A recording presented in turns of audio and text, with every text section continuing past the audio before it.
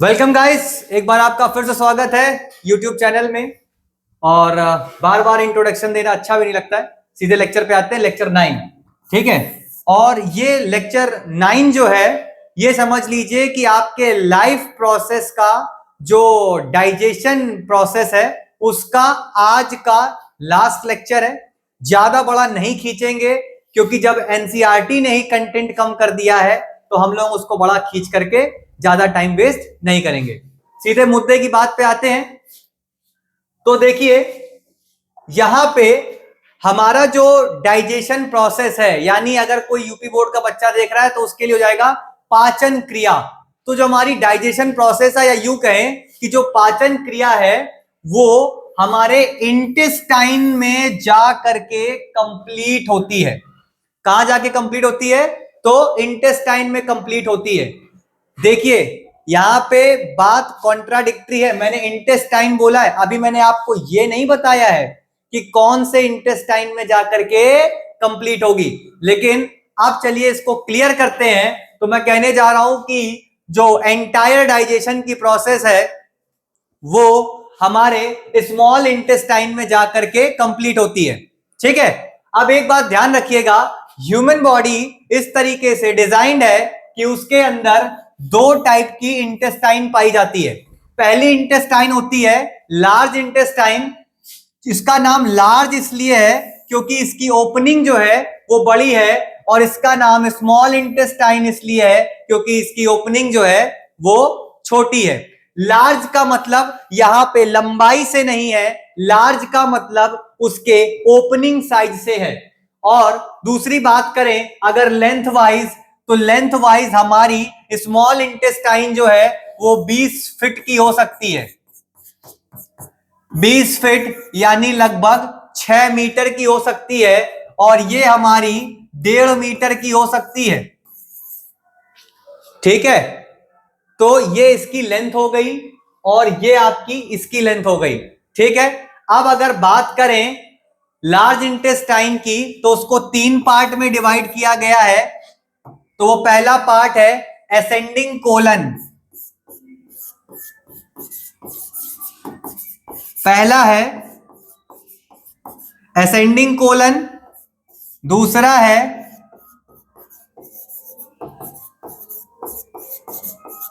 Descending colon, और तीसरा है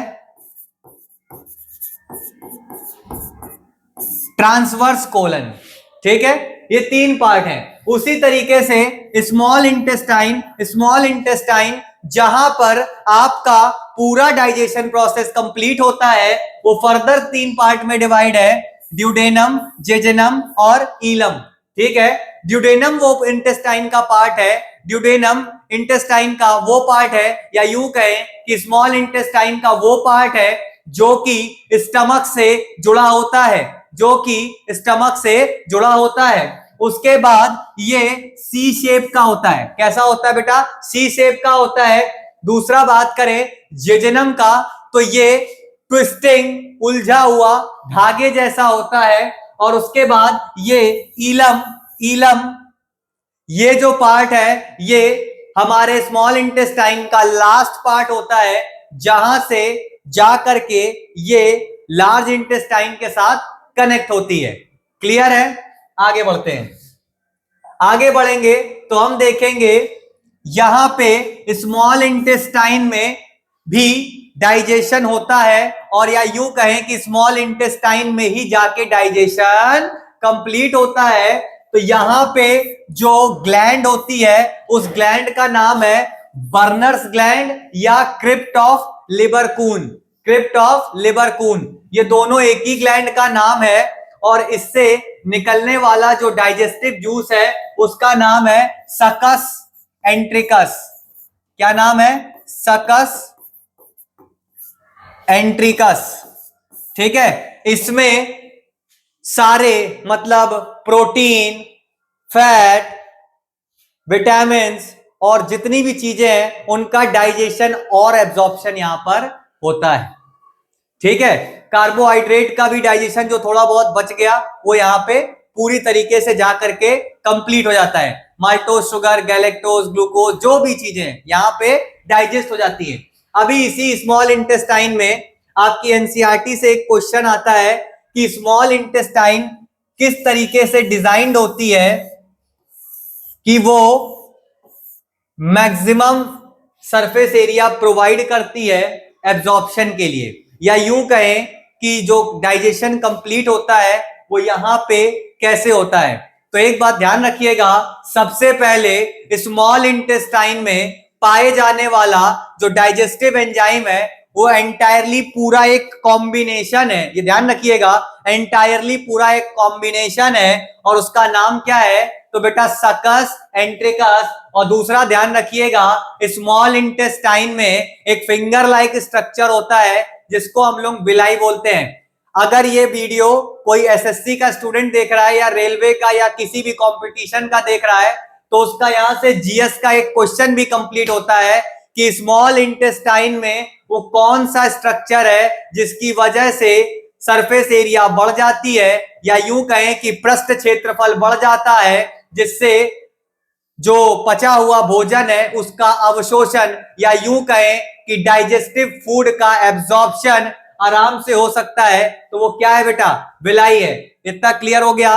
देन उसके बाद आगे बढ़े तो हमारा फूड जब प्रॉपरली डाइजेस्ट हो जाता है तो आपने उसमें जो थोड़ा बहुत वाटर मॉलिक्यूल्स बचे होते हैं वो लार्ज इंटेस्टाइन में फाइनली एब्जॉर्ब हो जाते हैं। तो आपने देखा होगा फूड 3 फॉर्मेट में गया। पहले किस में गया, तो पहले गया वो बोलस के फॉर्म में। किसके फॉर्म में गया, बोलस के फॉर्म में, ठीक है, यानी जब आपने खाना चबाया था। दूसरा, जब वो फूड पार्शियली डाइजेस्ट हो गया तो वो क्या बन गया, काइम। और जब काइम प्रॉपरली डाइजेस्ट हो गया तो वो क्या बन गया, फीकस मटेरियल, यानी छोटे बच्चों की लैंग्वेज में कहें तो पूप, और उसको कहें तो क्या बोलेंगे, पॉटी। हाँ पॉटी, कुछ ऐसा वाला, पार्शियली डाइजेस्टेड या यूं कहें कि कंप्लीटली डाइजेस्टेड फूड। और इसी के साथ आपका जो डाइजेशन वाला पार्ट है बेटा वो कंप्लीट होता है।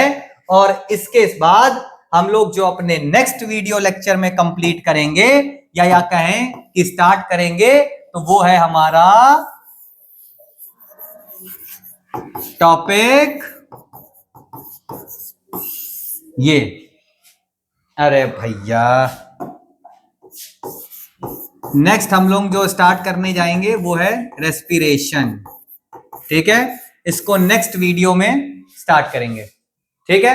और तब तक के लिए जुड़े रहिए, बने रहिए, नोट्स बनाते रहिए, क्योंकि एक बात ध्यान रखिएगा, एनसीईआरटी पतली हुई है, कमजोर नहीं।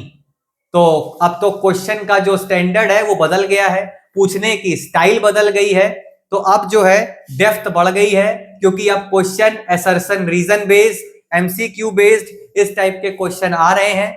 तो इस चीज का बड़ा ध्यान रखिएगा। और जैसे ही चैप्टर कंप्लीट होगा मैं वादा करता हूं कि पुराने क्वेश्चंस जो हैं उनको मैं आपको एक बार बोर्ड पे प्रैक्टिस जरूर कराऊंगा, ठीक है। तब तक के लिए जुड़े रहिए, बने रहिए, टाटा बाय बाय।